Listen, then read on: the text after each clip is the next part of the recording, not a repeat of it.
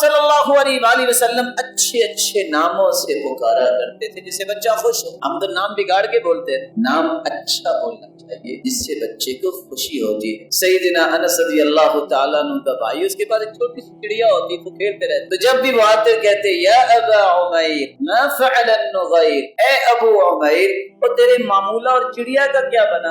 एक दिन बेचारी मर गई तो हम से बैठे थे कि मेरा तो परिंदा जो है वो फौत हो गया है। अल्लाह के रसूल ने दिलजोई करने के लिए इसको फरमाया कि बताओ तेरा वो परिंदा कहाँ है। उसने कहा जी वो अल्लाह के पास चला। आप सल्लल्लाहु अलैहि वसल्लम उम्मे सलमा रज़ियल्लाहु ताला अन्हा की जो पहले खामिद से बेटी थी उसका नाम ज़ैनब था, जब भी आते ये नहीं समझते थे कि ये मेरी नहीं है, मेरी बीवी की बेटी है, इससे मोहब्बत कैसे करे जैसे दुनिया कहती है। घर दाखिल होते ही कहते या ज़ुवैने, लाड और प्यार से उसे बुलाते और उसको बाप की शफ़िया करते। रसूल अकरम सल्लल्लाहु अलैहि वसल्लम अच्छे नामों से बुलाते, नाम बिगाड़ के ना बोले बल्कि नाम अच्छा बताएं। और आपको एक राज की बात बता दूं मेरे भाई, दुआ कभी न देना, दुआ दिया करें। हो सकता है किसी वक्त भी वो दुआ की कबूलियत का वक्त हो तो फौरन कबूल हो जाए। ये मत कहें कि ये तो है ही बहुत बुरा, वो बुरा बनेगा। जब आप ये कहोगे उसको ये फितरत है,